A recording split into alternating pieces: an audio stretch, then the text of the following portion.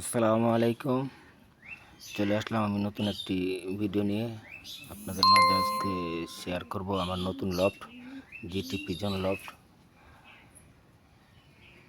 আমি প্রবাসের থেকে আইসা আমার মনের মতন করে যেমন লফটটা তৈরি করছি, ব্রিডিং রুম এক পুরো, আর দাফরি নর্মাদের জন্য আলাদা রাখা হয়েছে। তবে আমি খোলামেলা করেই পালবো।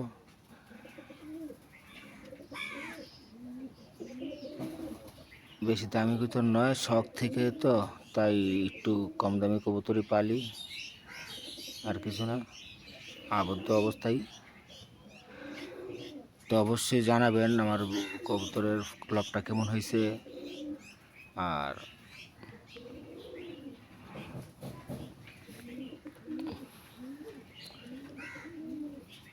বিশেষ করে যারা কবুতর পালেন তারা অবশ্যই জানেন শখ কত বড় একটা গুরুত্বপূর্ণ জিনিস। আর নতুন নতুন ভিডিও পাইতে চাইলে অবশ্যই আমার চ্যানেলটা সাবস্ক্রাইব করে রাখবেন।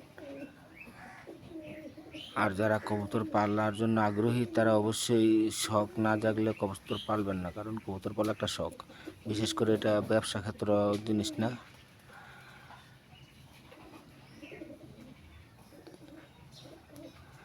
এগুলো লাভ থেকে লসই বেশি। তারপরে যার শখ, যারা বাণিজ্যিকভাবে পালবেন তারা এটা হলো নৈশাব, আর যারা শখ থেকে পালবেন তারা লাভের চিন্তা খুব কমই করবেন। আমি তো লাভের চিন্তা করি না, শখ থেকে পালি। আর আমার লবটা কেমন হয়েছে অবশ্যই জানাবেন।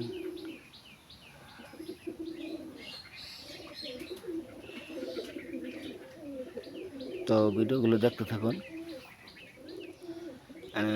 মোটামুটি অনেক কোয়ালিটির কবুতরই আছে, সিরাজি আছে, তারপরে কিং কবুতর আছে, গররা আছে, সবুজ গোল্লা আছে, তারপর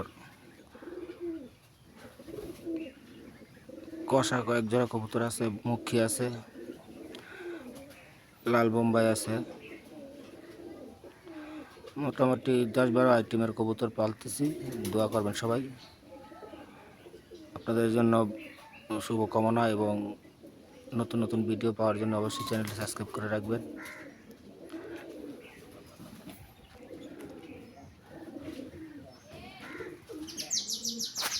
আমি একজন নতুন, ওই হিসাবে আপনাদের কোনো পরামর্শ দিতে পারতেছি না। তো ইনশাল্লাহ আস্তে আস্তে পুরাতন হইলে, কিছু অভিজ্ঞতা হইলে আপনাদের সাথে শেয়ার করব কবুতরের কী আসে বিষয়, সুস্থ অসুস্থতার বিষয়।